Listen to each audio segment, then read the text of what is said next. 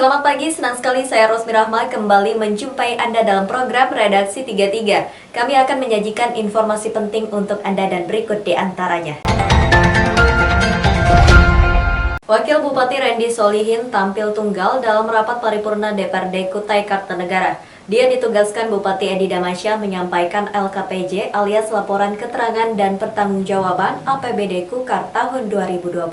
Berikut informasinya. Baru dilantik sekitar 2 bulan silam, Randy Solihin sudah mendapat tugas untuk menyampaikan LKPJ di depan 45 anggota DPRD Kutai Kartanegara. Politikus Partai Golkar itu ditugaskan Bupati Edi Damansyah lantaran berhalangan karena tugas kerja keluar daerah. Saya tadi dapat amanah delegasi dari Pak Bupati untuk menyampaikan laporan keterangan pertanggungjawaban ini yang memang notabene harus kepala daerah yang menyampaikan. Jadi saya juga menerima delegasi dari Pak Bupati untuk hadir di sini untuk menyampaikan laporan kinerja pemerintah daerah tahun 2020 kemarin. Kesempatan LKPJ itu dimanfaatkan Randy Solihin untuk bersilaturahmi dengan para politisi koleganya di legislatif. Sebelum menjadi wakil bupati, Randy adalah anggota legislatif yang bertugas dan fungsinya berbeda dengan eksekutif. Menurut Wakil Bupati Kukar, pemerintah Kabupaten Kutai Kartanegara dalam LKPJ menyampaikan data-data tentang pencapaian pembangunan pada tahun 2020. Pemkab Kukar terlihat sudah berupaya maksimal melaksanakan tugas-tugasnya, baik dalam belanja pembangunan fisik maupun pendapatan asli daerah. Jadi poinnya memang pemerintah daerah sudah berupaya semaksimal mungkin untuk melaksanakan tugas-tugasnya. Sejauh ini banyak capaian-capaian yang sudah bisa dirasakan, bahkan dilihat sama masyarakat, termasuk dari indeks pembangunan jalan. Itu bisa dilihat dari bahwa targetnya 560 km tapi terrealisasi sekitar 630 km. Itu kan merupakan peningkatan yang luar biasa yang perlu diapresiasi juga. Namun ke depan saya optimis dengan menjadikan tahun 2020 sebagai bahan evaluasi kita untuk menentukan RPJMD kita, menselaraskan dengan visi misi. Saya optimis bahwa ke depan akan terjadi perbaikan juga, terutama di indeks angka kemiskinan, angka pengangguran, dan ekonomi di Kutai Kartanegara itu sendiri, dengan beberapa program kita yang insya Allah mudah-mudahan tahun ini sudah bisa sedikit demi sedikit realisasi, dan optimalnya di tahun 2022 kita akan mengoptimalkan seluruh program kita harus terrealisasi. Saya optimis bahwa ke depan indeks peningkatan di berbagai sektor dan bidang tadi, termasuk di kemiskinan, di pengangguran dan lain sebagainya, itu bisa mengalami peningkatan. Untuk informasi, pendapatan daerah tahun 2020 dianggarkan 4,404 triliun dan realisasi 4,456 triliun atau naik 101,13%. Rinciannya, pendapatan asli daerah dianggarkan sebesar 361,128 miliar, terrealisasi 450,599 miliar, atau persentase 124,78%. Pendapatan daerah lain-lain yang sah dari yang dianggarkan 210,458 miliar, realisasinya lebih tinggi menjadi 317,807 miliar atau 151,01%. Sementara dana yang bersumber dari dana perimbangan saat dianggarkan 3,947 triliun, terrealisasi 3,885 triliun atau 98,45%. Tim Kaltim TV, Hardin melaporkan.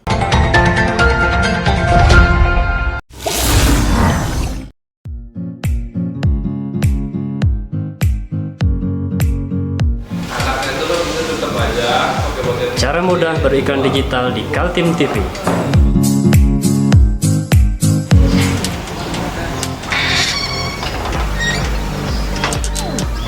Yang pertama, jadilah sahabat Kaltim TV.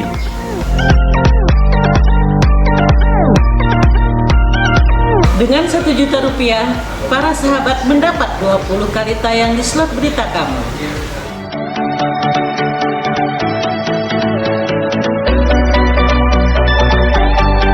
Dengan 20 detik, dapat menjangkau 20.000 penonton.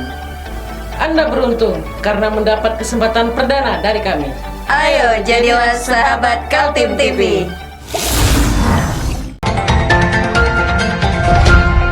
Kerja cerdas itulah yang boleh disematkan kepada Basarnas Kaltim. Bayangkan dalam situasi kerja yang menuntut kecermatan dan kewaspadaan saat melakukan pencarian dan pertolongan korban kecelakaan. Tim Basarnas masih mampu mengabadikan tiap detail momen kegiatan. Berikut informasinya. Inilah Basarnas Kaltim yang beberapa waktu lalu diberikan kepercayaan menjadi narasumber sebuah webinar nasional yang digelar Pusat Data dan Informasi atau Pusdatin Basarnas. Instansi yang disebut Kantor Pencarian dan Pertolongan Kelas A Balikpapan itu mendapat kepercayaan sebagai narasumber, lantaran diakui keistimewaannya dalam publikasi setiap kegiatan. Basarnas Kaltim diwakili oleh Oktavianto yang sehari-hari menjadi kepala operasi.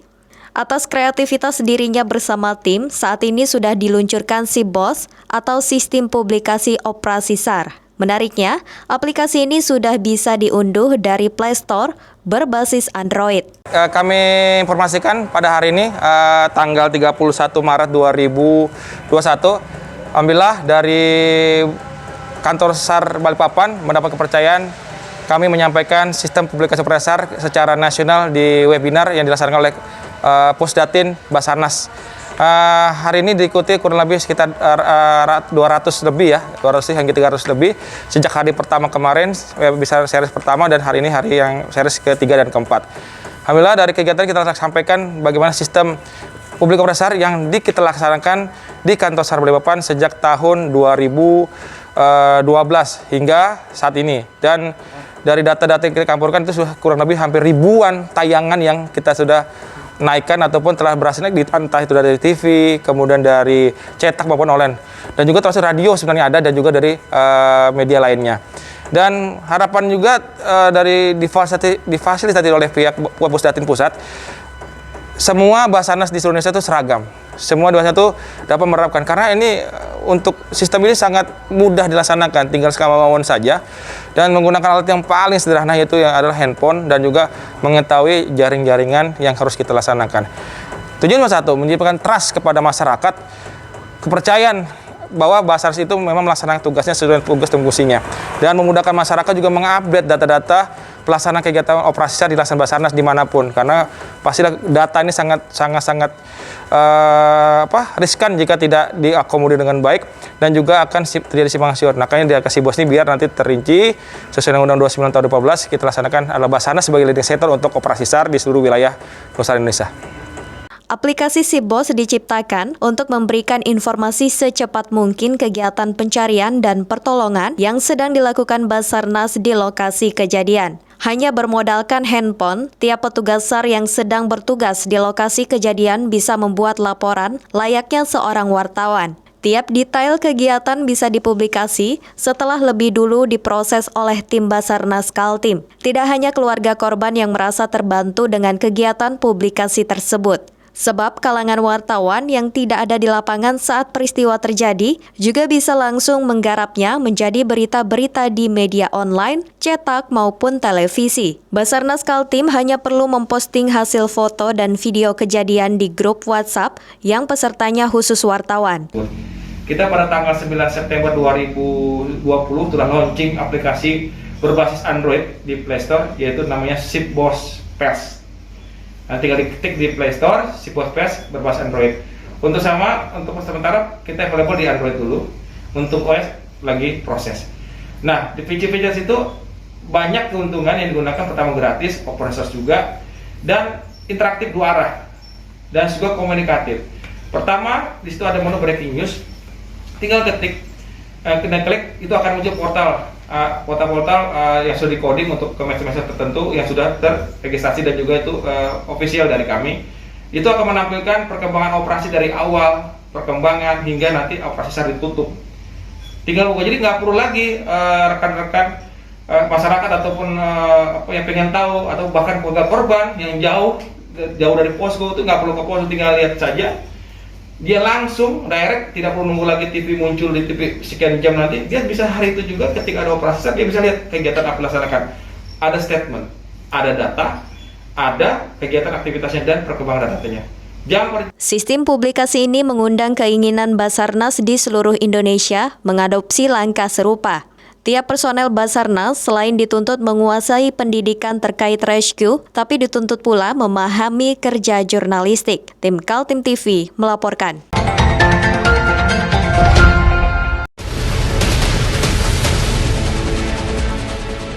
Mari kita memerangi virus corona dengan mematuhi imbauan pemerintah, stay at home.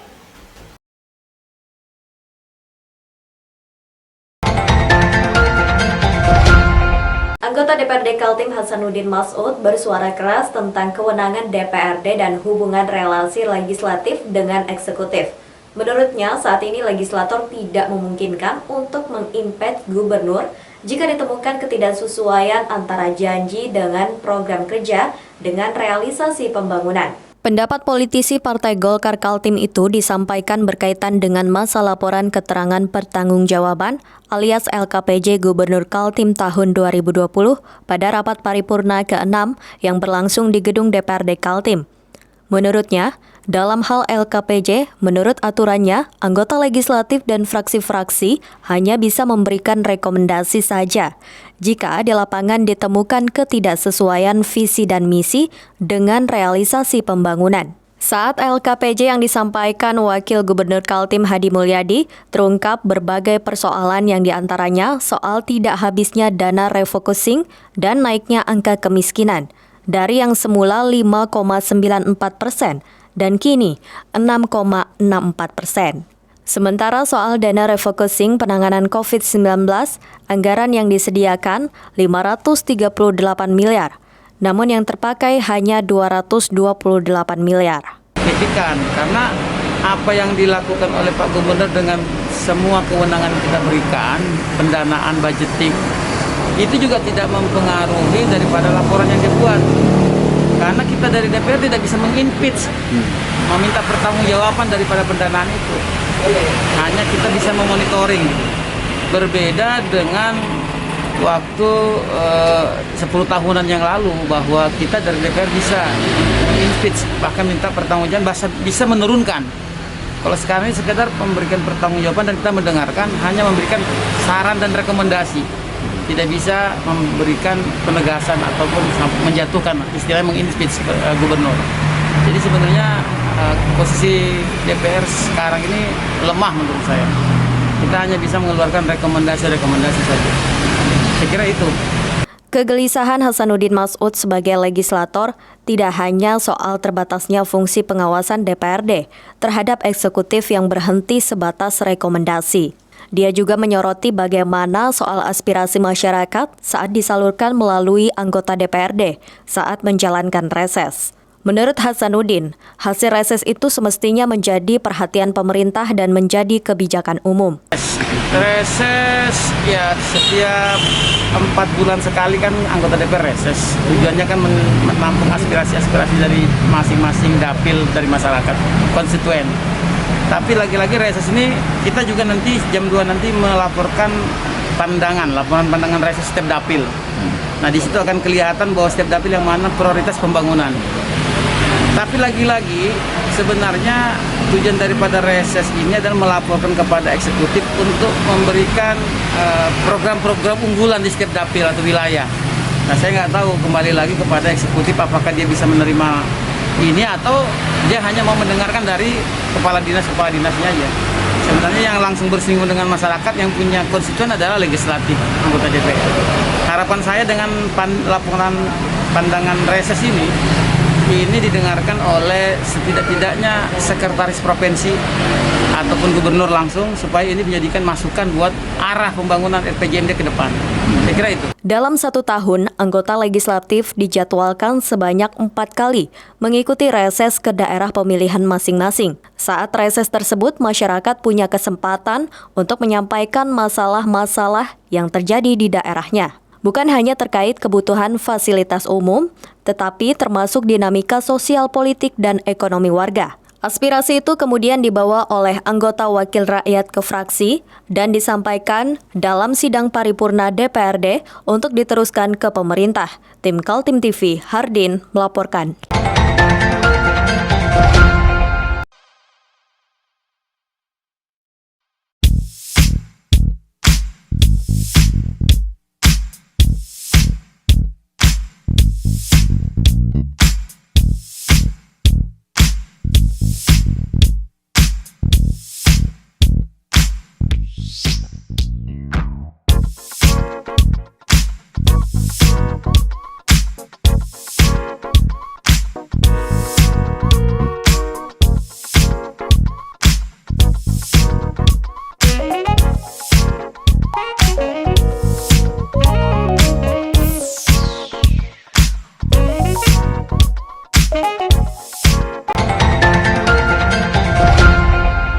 Kita beralih ke informasi selanjutnya, langkah politik Seno Aji semakin kinclong saja. Baru pertama kali menjadi anggota legislatif, kader Partai Gerindra itu kini dipercaya menjadi Wakil Ketua DPRD Kaltim menggantikan seniornya, Andi Harun.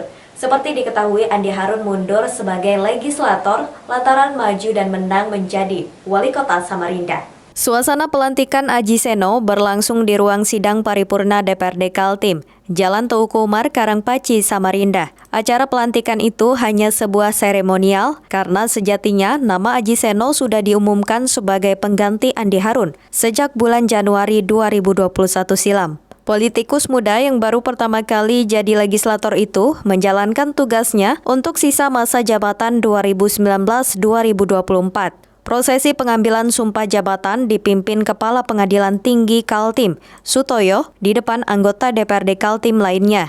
Ketua DPRD Kaltim Makmur HPK optimis Seno Aji mampu mengemban amanah, bekerja sama di dalam unsur pimpinan yang mengedepankan prinsip kolektif kolegial. Sebagai wakil ketua, dia mengemban tugas diantaranya membidangi kelengkapan Dewan Badan Kehormatan. Kita ada memang pembagian tugas. Saya koordinatornya, wakil-wakil itu ada pembagian tugas. Saya dan masing-masing ada yang membidangi Bapak Pelda, ada yang menangani Badan Kehormatan, ada yang menangani komisi-komisi begitu. Nanti posisi Seno Aji sebagai apa nanti? Ya. Nanti rasanya beliau ini di Badan Kehormatan. Masih tetap di BK nanti? Ada, saya pasti diganti, cumanya artinya sebagai ketua menangani. Seno Aji sendiri merasa bersyukur mengemban kepercayaan dari Partai Gerindra menjadi Wakil Ketua DPRD Kaltim. Dia mengakui tugas utamanya di internal DPRD adalah membuat kinerja kelembagaan legislatif semakin dinamis. Sementara untuk eksternal yang bersentuhan dengan pembangunan, maka fokusnya adalah usaha mikro kecil dan menengah yang sedang mengalami kelesuan akibat pandemi COVID-19. Partai Gerindra yaitu mengutamakan UMKM, kemudian menyelesaikan infrastruktur yang ada di Kalimantan Timur, yaitu itu tugas khusus yang diberikan ke saya dan itu kita harus lakukan ke depan. Langkah awalnya apa nih? Langkah awalnya Jokowi. Langkah awal tentu saja yang tadi saya sampaikan bahwa kita akan mulai dari ibu kota terlebih dahulu. Bagaimana ibu kota ini tertata dengan rapi. Kemudian yang kedua, kita akan bekerja sama dengan Dinas Sosial dan Dinas Perdagangan untuk membesar UMKM yang ada di Kalimantan Timur ini. Nah, itu yang sekarang kita coba dorong untuk pemerintah provinsi mendata berapa jumlah UMKM yang ada di Kaltim. Sebagai konsekuensi menjadi Wakil Ketua DPRD Kaltim, Aji Seno yang berasal dari daerah pemilihan Kabupaten Kutai Kartanegara tidak lagi memimpin Badan Kehormatan. Tim Kaltim TV, Hardin melaporkan.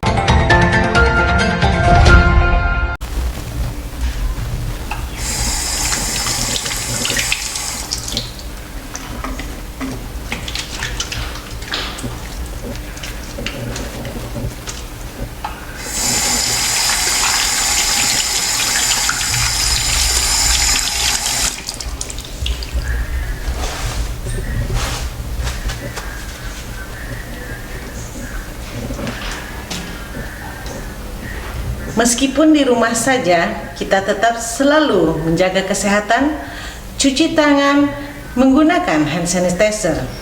Ingat, mulailah dari diri sendiri. Satu lagi alat pendeteksi virus corona dipasang di kota Samarinda. Kali ini alat uji melalui pernapasan dengan nama Genose yang merupakan karya anak bangsa sendiri. Berikut informasinya. Genose mulai populer akhir tahun 2020 lalu, dibuat oleh para ahli di Universitas Gadjah Mada. Alat itu kini dipasang di berbagai bandara di Indonesia, termasuk di Bandara APT Pranoto Samarinda. Cara kerja Genose, setiap calon penumpang diuji hanya dengan cara meniup ke Genose. Kemudian dalam 2 menit, sudah ketahuan apakah calon penumpang itu termasuk positif virus corona atau tidak. Alat Genose ini lebih praktis, tidak seperti alat uji sebelumnya seperti tes swab PCR dan tes antigen. Persiapan penerapan alat Genose di Bandara APT Pranoto dilakukan sejak Minggu 28 Maret lalu. Wali Kota Samarinda Andi Harun datang mengecek didampingi sejumlah pejabat Pemkot Samarinda. Rencananya alat itu efektif digunakan untuk penumpang pesawat pada 1 April. Kita bersyukur karena ada fasilitas Jinos. Bersyukurnya pertama hasilnya bisa lebih cepat dan biayanya lebih murah daripada PCR dan antigen. Ya mudah-mudahan ini memperlancar percepatan penanggulangan COVID. Yang kedua juga bisa menjadi stimulus pada pemulihan ekonomi karena masyarakat bisa menjangkaunya dengan penggunaan alat transportasi udara yang jauh sekali nilai harganya. Tadi Ibu Ani bilang antara 50 sampai 70 ribu aja kan anunya. Jadi insya Allah terjangkau. Terkait dari tracing yang Bapak bilang digratiskan untuk masyarakat seperti apa? Maksudnya gini, untuk kepentingan masyarakat, kepentingan tracing, program pemerintah, kita gratiskan. Tapi untuk kepentingan dan keperluan pengambilan surat keterangan maupun untuk perjalanan tetap dikenakan tarif. Kepala Bandara APT Pranoto Samarinda, Agung Pracayanto menjelaskan kepada para wartawan, calon penumpang akan dites dengan genose, diberikan kartu sesuai dengan jadwal penerbangan. Kartu berwarna merah untuk jadwal terdekat, kemudian kuning dan merah yang masih lama. Pengaturan dengan kartu berwarna-warni itu untuk menghindari antrean panjang. Tim Kaltim TV, Hardin, melaporkan.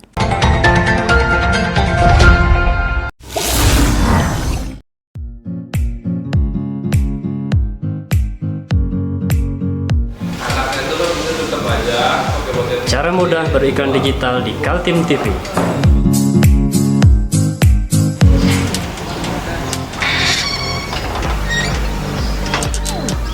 Yang pertama, jadilah sahabat Kaltim TV.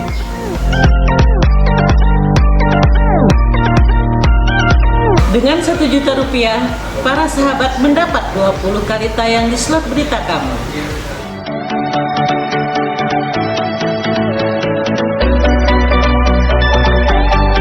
Dengan 20 detik dapat menjangkau 20.000 penonton. Anda beruntung karena mendapat kesempatan perdana dari kami. Ayo jadilah sahabat Kaltim TV.